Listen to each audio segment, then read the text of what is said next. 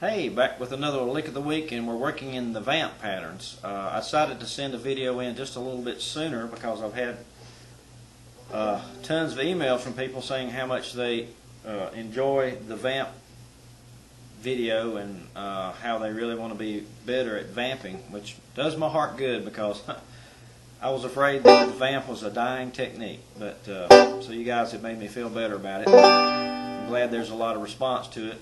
And so, having said that, let's move on to some more complicated vamp patterns. Now, last video we just concentrated on eighth note vamps, working out of one position, and then moving that position, moving that vamp pattern to, other locations. Let's try some more advanced techniques. Now, I'm going to fire my metronome up to about 75 beats a minute. And now we're going to do double time vamps, or 16th note vamps in common time. And what I'm going to do is try to use what I call a drag thumb technique. I'm going to drag my thumb across the fourth and the third string to represent 1/2 beat, because we're playing double time, which means instead of playing the bass note with a downbeat and pinching the bottom three on the offbeat, we're going to double the number of notes we're playing per beat. So I'm going to have to play 2 notes on the downbeat, 2 notes on the upbeat, and those notes are going to be represented by these 2 notes and then the pinch of all 3 bottom strings. So this is going to be harder to do, especially at upper tempos, and you're going to be limited by the tempo by your technique, which means you can only play at a speed where you can play this well. And so if the tempo of the song is really high, you're probably not going to be able to vamp in double time like this, but this would be for lower to mid-tempo songs where you can physically keep up with the beat. So let me give this a try at about 75 beats a minute. And again, I'm going to drag my thumb 4/3 on each half beat. So every click represents a beat, right? 1 and 2 and. So now instead of going note, note, note, note, I'm going to have to go note, note, note, note, note, note, note, note. That's hard to say. So I'm going to have to play 2 ideas per half beat. Ready? Here we go.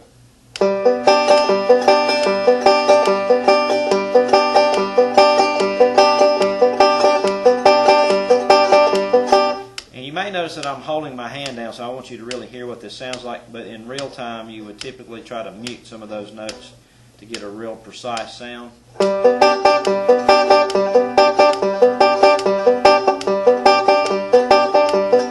Really hard to do at double time because you're trying to do double time with your left hand as far as kind of muting out some of those strings. But it's a really effective technique that gives you a nice shuffle feel. It gives a little more energy to the rhythmic section when you're playing these vamps in the background. Now there's another technique that's really common. It's called what I call cross vamping. I'm not sure what the proper technique is called as far as terminology. I've always called it cross vamping. And what you're doing is crossing between 2 chords of the same name using 2 different shapes.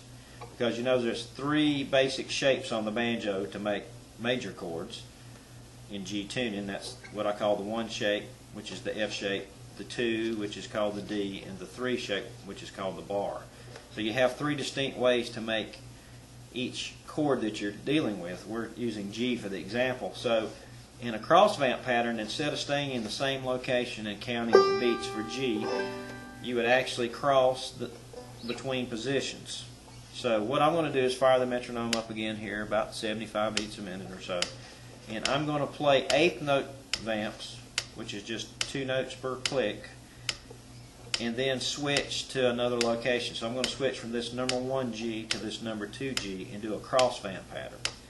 And I'm going to do this by measure, so I'm going to count them out as I play them. Ready? 1 and 2 and 3 and 4 and 1 and 2 and 3 and 4 and 1 and 2 and 3 and 4 and. Now, if you're, say, for instance, working in real even measured songs where you'd stay in G for even number of measures each time, like 2 measures, 1 measure, where there's 4 beats per chord change, then you can really mix it up however you want. You can go back and forth as I did in the example, every other beat switching to the new location. Or you could stay in one location for 2 beats, move to this location for 2 beats. Let me try that. Get time here. 1 and 2 and 1 and 2, 1, 2, 1,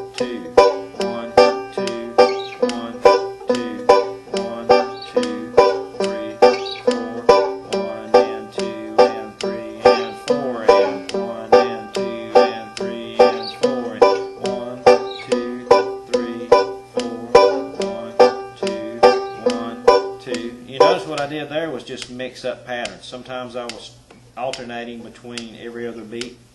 Sometimes I would stay here for 2 beats and then here for 2 beats. One time I actually stayed here for 1 beat and then played here for 3.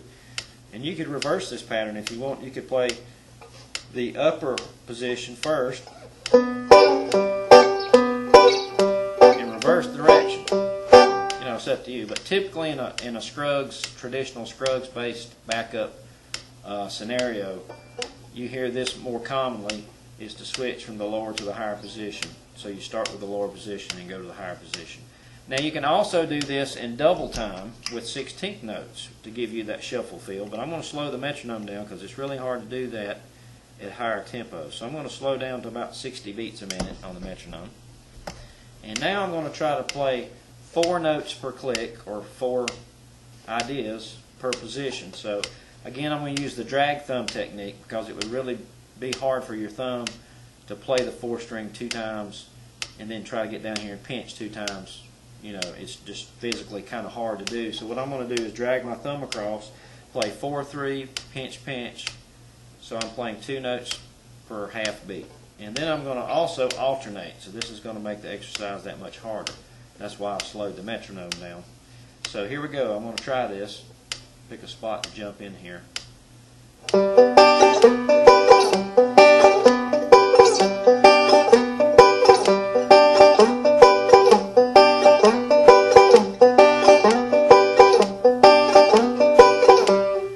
You may notice that I'm leaving my thumb down. I'm sorry, not my thumb, but my ring finger,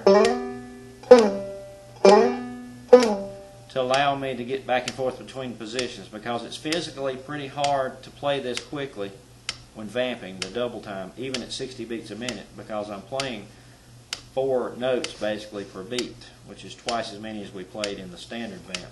So it makes it really hard if I have to pick my fingers up each time. So you may see a lot of players when they're cross vamping, especially if they're playing a shuffle rhythm like this double time or 16th note vamp.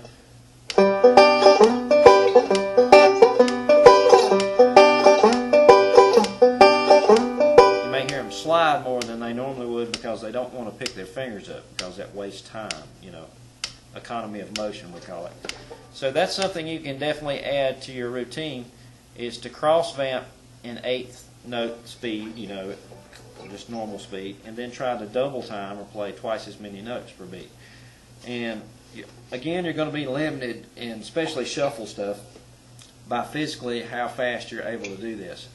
And usually the double time stuff occurs in lower to mid tempo type tunes. You know, if the song is really fast, let's say Blackjack at 165, 70 beats a minute, you're probably not going to be physically able to play double time vamps in that song. But guess what? You don't need to, really. I mean, it'd be hard enough to play 8th note vamps at that speed.